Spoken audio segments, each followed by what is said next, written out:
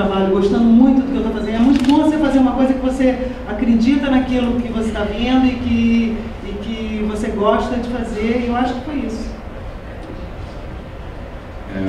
Nossa, minha carreira eu acho que tem um perfil um pouco particular, porque eu me formei aqui no Rio de Janeiro, em faculdade de teatro, depois fui morar em Nova York, fui no Lee Strasberg. Quando eu voltei para o Brasil, eu percebi que as possibilidades eram muito pequenas, fazer cinema principalmente, que era o meu objetivo. Eu comecei a criar possibilidades, eu comecei a escrever roteiro, comecei a produzir, cheguei a dirigir algumas coisas, e foi assim sempre. Eu escrevi uma porrada de coisa, estou deixando de sair um pouco da teoria agora para a prática, para atuar no filme dos outros e também para assim, transformar os meus sonhos em realidade. Estou fazendo alguns curtas, já fiz alguns curtas que estão em festivais e vou produzir uma série, que é um projeto de 25 anos. Estou com um outro longa também que eu escrevi, já tenho 3 na gaveta. Enfim, eu sou um cara meio inquieto. Não, inclusive, o Paraísos Artificiais, a temática das drogas, das prisões, dos garotos, veio do Bernardo. O Bernardo é o cara que tem esse mérito, que me trouxe a temática e olha que interessante isso aqui. Obrigado. Valeu. Na verdade é um roteiro com assim, passava por esse universo, um foco diferente, que chama Posto 9, que veio de um curta meu. Foram 4 anos de mergulho nesse universo, e quando eu conheci o Marcos, ele se interessou pela história, mas queria fazer uma abordagem diferente. E, enfim, aí foi uma viagem de não sei quantos anos, se passaram de 6 anos pelo menos.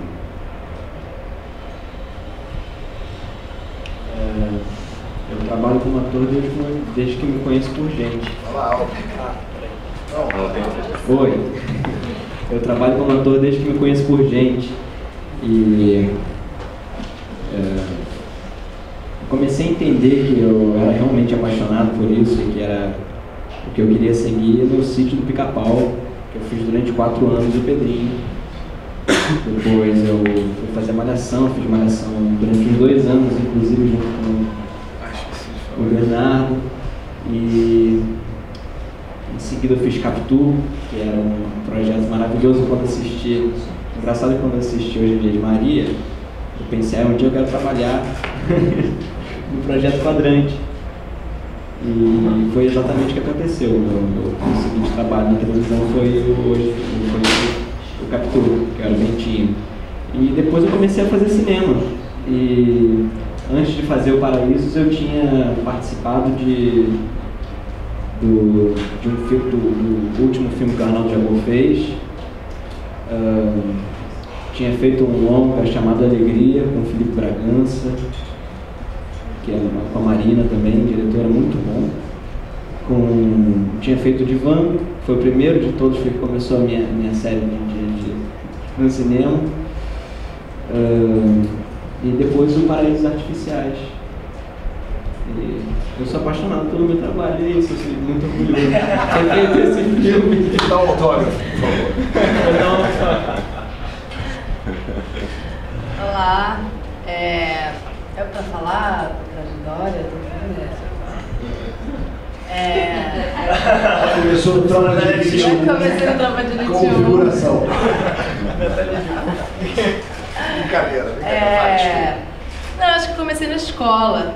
Isso que eu gosto de falar isso, a importância de ter arte na escola, de ser uma matéria, acho que tão relevante quanto qualquer outra, de física, química, enfim. E desde a escola eu comecei a exercitar, e acho que eu me vejo atriz, e sou atriz desde 6 anos, assim, desde quando eu comecei a estudar. E, enfim, aí depois eu tive um grupo de teatro, com Michel Berkovitch, fiz umas aulas, e depois faculdade, na Federal, na UFRJ, de direção teatral, e as coisas foram rolando. E aí entrei na TV, fiz alguns filmes. E parei aqui com o Marcão, que bom. Que outros filmes você fez, Natália? Eu fiz o Tropa de Elite 1, eu fiz o Feliz Natal, do Selton Mello, Apenas o Fim, que era um filme do Matheus Souza, né, que ele fez na faculdade, foi um filme super legal, foi um festival do Rio. Acho que é isso. Bom, eu sou formada em jornalismo, cheguei a ser coleguinha durante 6 meses, mas me apaixonei por ser atriz no teatro. Eu tenho um grupo de teatro chamado Brecha Coletivo, lá no Rio. O teatro é minha grande paixão.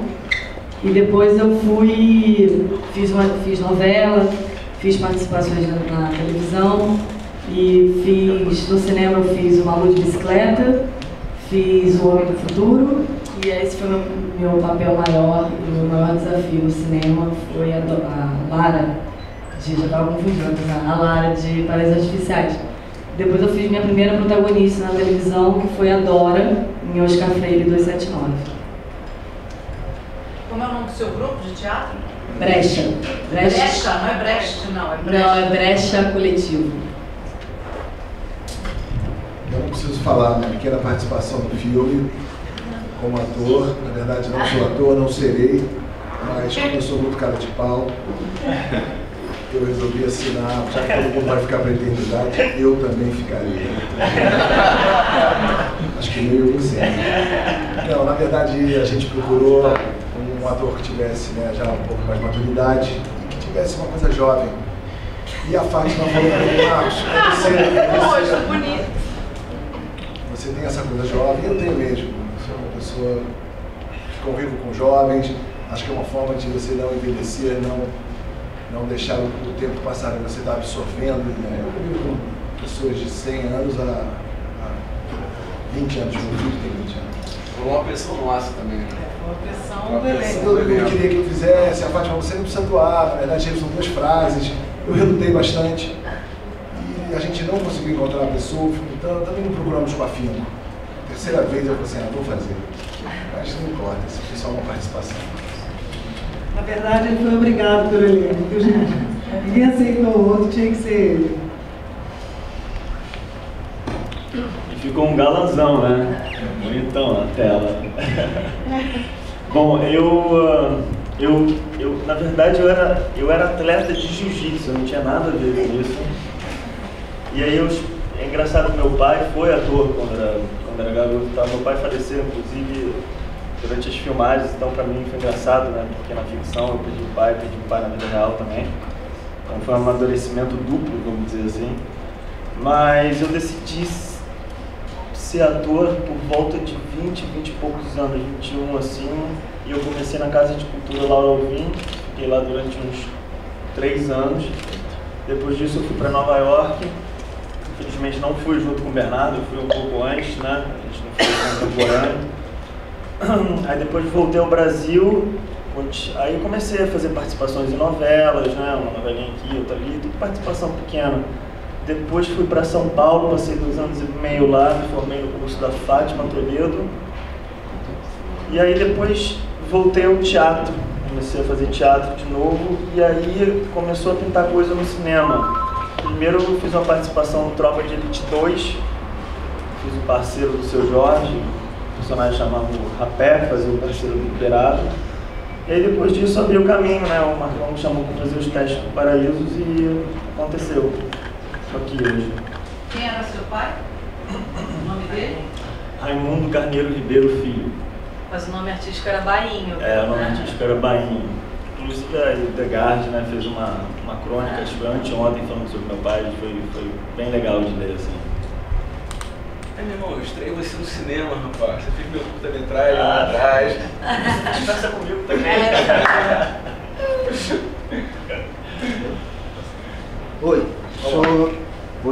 Sou Luiz Carlos Merten, do Jornal do Estado de São Paulo, tudo bem?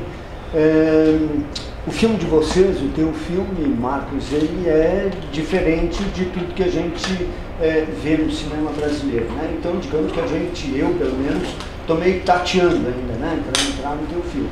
E eu quero fazer 2 ou 3 observações antes de fazer uma pergunta, alguma coisa assim.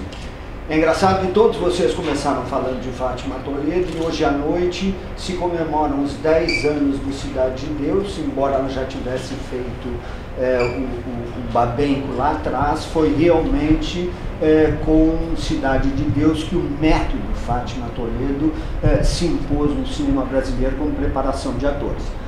Vocês todos adoraram a experiência, ele adorou a experiência, mas é uma coisa muito discutida, você sabe, né?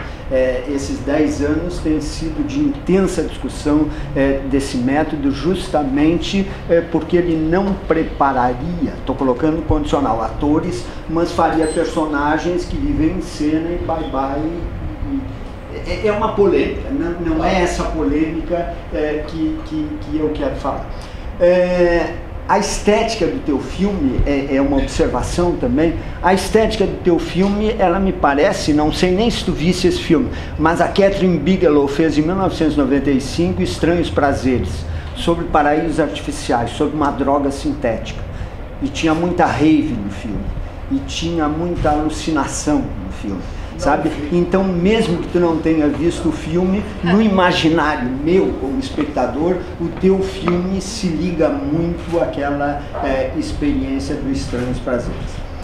O que eu quero dizer é que com toda essa roupagem nova que o filme tem, na realidade é uma história bem tradicional de perda e reparação, de desencontro e reencontro, e também de esculpir o tempo, né? Assim, essa coisa de ter conflitos de tempo, sei lá, Amsterdã, Rio, aqui, né?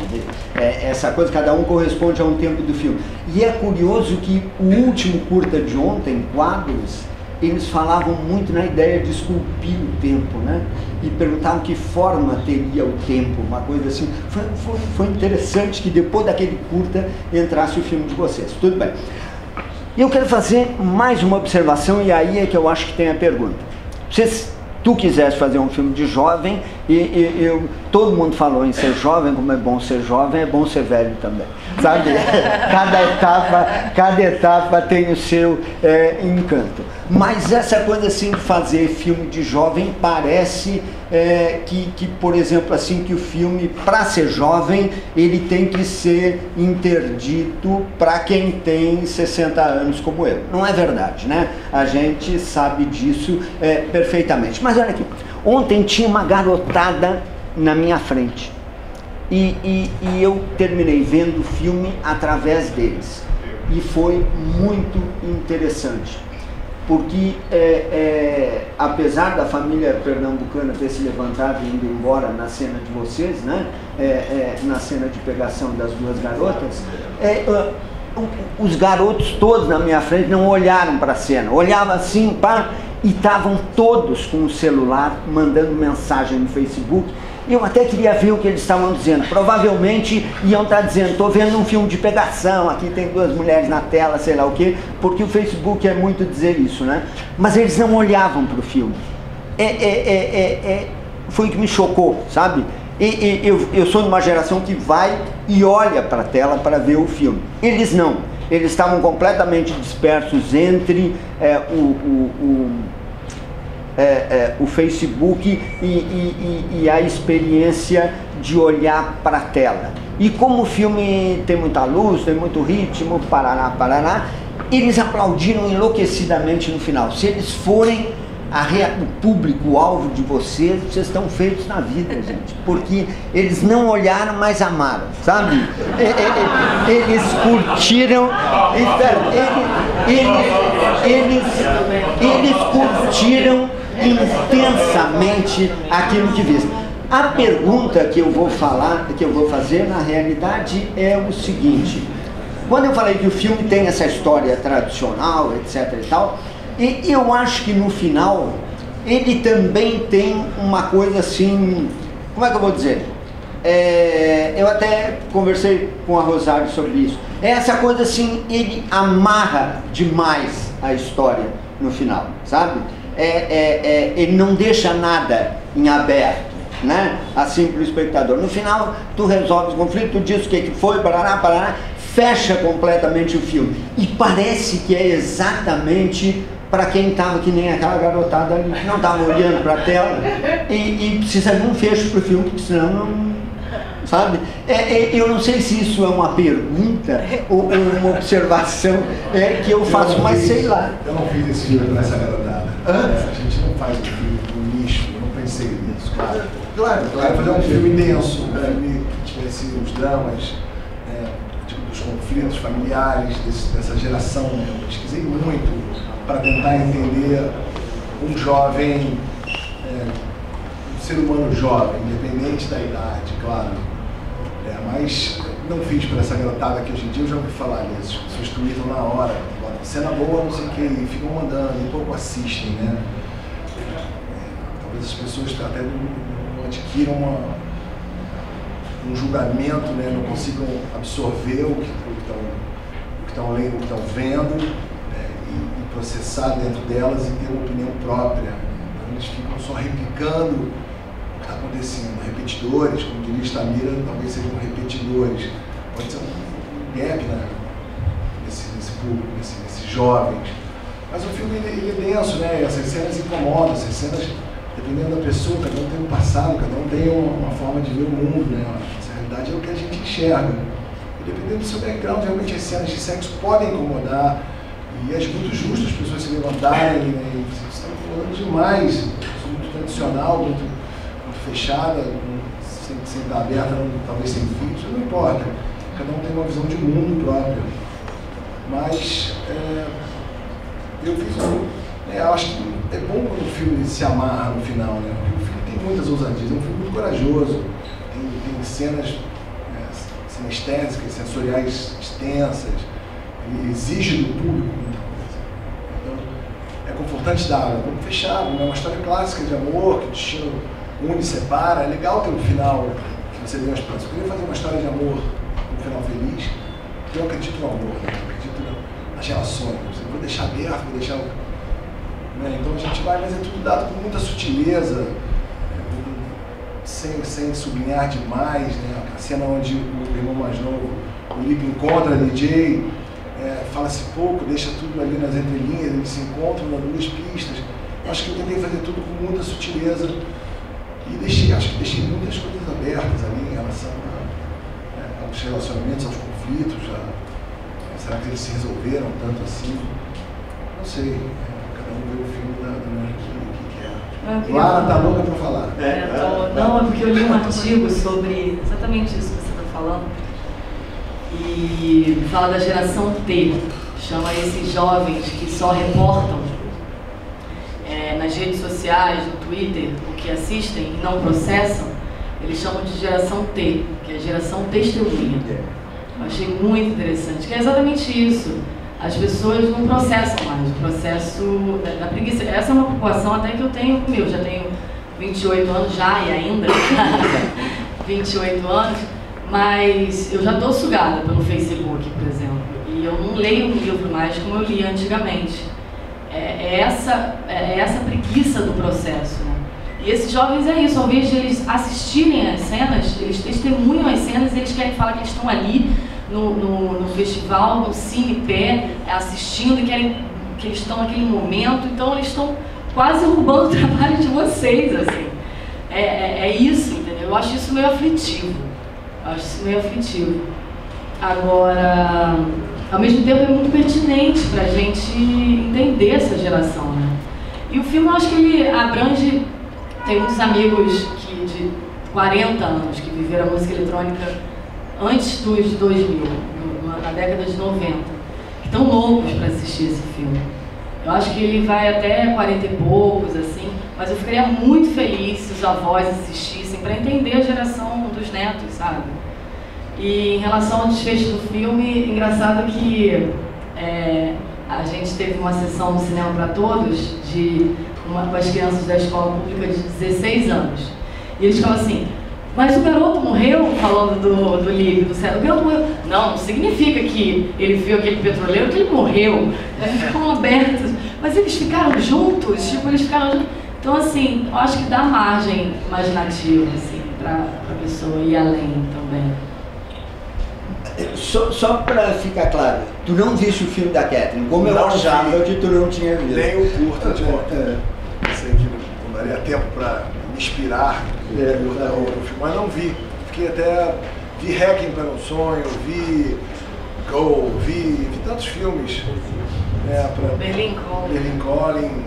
O Peyote foi muito inspirado no The Doors, do Oliver, e tem algumas referências, mas esse filme, ainda bem que não vi. Deixa eu falar só uma coisa sobre essa coisa do Ricardo. Eu acho que é uma coisa, assim, eu sou de outra geração. Para mim foi muito difícil começar a entender. Minha nora passa o dia inteiro tweetando, meu filho passa o dia inteiro no telefone. Eles dirigem com o telefone e fazer. E eles prestam atenção, eles conversam e você pergunta, e eles sabem sobre o que está passando. É uma coisa que, para mim, ainda é difícil entender. Eu não consigo fazer duas coisas ao mesmo tempo. Mas eles foram criados assim, a geração deles é assim, parece que é uma percepção nova. É isso que eu estou começando a entender. Eu comecei a parar de implicar, hoje em dia, e deixar, porque eles realmente prestam atenção e fazem 2, 3 coisas ao mesmo tempo. Entendeu? É alguma coisa nova que tá vindo, que eu acho que a gente tem que também abrir, sabe? Deixar entrar, deixar ver o que acontece. Não acho que eles não estão prestando atenção e estão fazendo, não acho que estão prestando atenção e estão mandando ao mesmo tempo e estão conseguindo fazer isso de alguma forma. Tu me desculpa falar, pegando a deixa, mas, por exemplo, quando nos anos 60 a TV instantânea, ela teve um efeito tão grande que o McLuhan teorizou sobre o efeito dessa assimilação instantânea das imagens. E mudou o cinema, e criou a geração de Tarantino e Paraná, que veio justamente nessa assimilação instantânea. Não precisava mais daquela linguagem antiga do cinema mudo, do cinema tradicional, etc. É outra revolução, logicamente. A gente ainda não sabe o que vai dar, mas que é estranho ver aquela toda, né? Conversando entre si, tweetando, e de repente levantando e aplaudindo enlouquecidamente, é uma experiência. Exatamente, hoje em dia eu já acho que, na verdade, eles estão prestando atenção e estão fazendo, que eu já percebi isso, convivendo, né, muito. Eles estão processando. Eu acho que é uma geração super transmediática, que está sempre atenta na cabeça e nesses fragmentos, né? Essas coisas rápidas estão acontecendo, já está no Twitter, já está assistindo coisa, já está pensando em outra. E eu acho que é um problema moderno, que as pessoas estão muito cerebrais, estão sentindo muito pouco. E é engraçado que o filme é o oposto, porque é uma experiência sensorial. Eu acho que de repente é um filme relevante para a geração mesmo.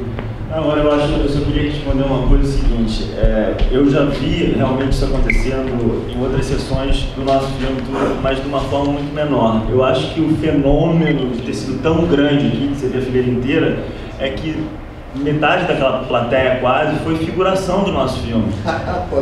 Então eles estão escrevendo lá, apareci, ou falando pro amigo, olha cara, você apareceu, entendeu? Eles estavam muito conectados com ele mesmo, né? Esse filme nasceu aqui de uma certa forma, sabe? Então eles fazem parte, eles estavam excitadíssimos, entendeu? Pode ser. De qualquer forma, a gente está assistindo o filme, pode ter certeza de que a gente consegue fazer 3 coisas ao mesmo tempo. A gente... Esse guri tá de birra comigo. Esse guri tá de birra comigo. Essa é a história de jovem. Tô brincando, tô brincando. Não tenho muito o que falar, na verdade não tem como. Mas é engraçado. Desculpa te interromper, quer continuar? Não, eu vou falar só para falar que pessoas não tão jovens, né, apreciaram o filme, ontem, sinceramente. Sim, e o que eu ia falar é que a gente assiste, pode ser que eles estejam lá fazendo isso, mas eles vão sair do cinema e vão discutir sobre o que eles assistiram e tudo que eles sentiram. Eles estão sentindo de qualquer forma muito o que eles estão vendo lá. Eles levantam e batem palmas porque são jovens e estão com os amigos dele. Olha. É óbvio que vão fazer isso porque o filme é bom, mas é pertinente. Está defendendo a geração, está defendendo a geração T. E não é tão T, não. É que você processa e depois mais.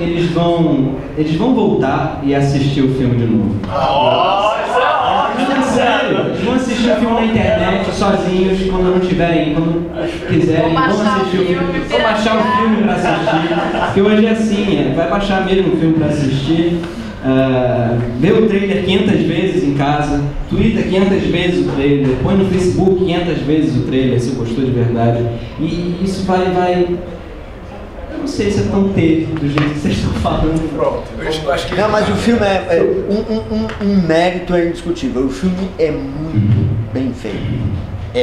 Né? E cara, eu não sei se tu falasse ou se alguém vai perguntar, mas o teu trabalho com o Lula, como fotógrafo, como diretor de fotografia, é alguma coisa muito especial. Eu acho que tu devia falar alguma coisa, né? Na verdade, né, eu tenho um passado de fotógrafo, estou aprendendo a dirigir, estou em pleno movimento e o Lula para mim é um dos grandes talentos da fotografia de cinema no Brasil. E a gente já se conhecia do Tropa 1, do Tropa 2, a gente já fez um documentário que a gente resolveu congelá-lo para filmar um pouco mais à frente, que chama Madeireiros, e a gente já filmou junto. A gente considera ex-fotógrafo, sempre fotógrafo. A gente, então, como o filme era lúdico, como tinha cenas de sinestesia lúdicas, eu vou prover as melhores locações e vamos usar o melhor equipamento, vamos tentar passar essa sinestesia, né? Essa viagem visual que conta uma história também. O filme é bem silencioso, mas tem muitas coisas contadas no silêncio. Então foi uma experiência. Eu falei, Lula, vamos fazer, eu quero um desafio, eu quero propor um desafio. Você sempre faz câmera dos seus filmes, que você fotografa.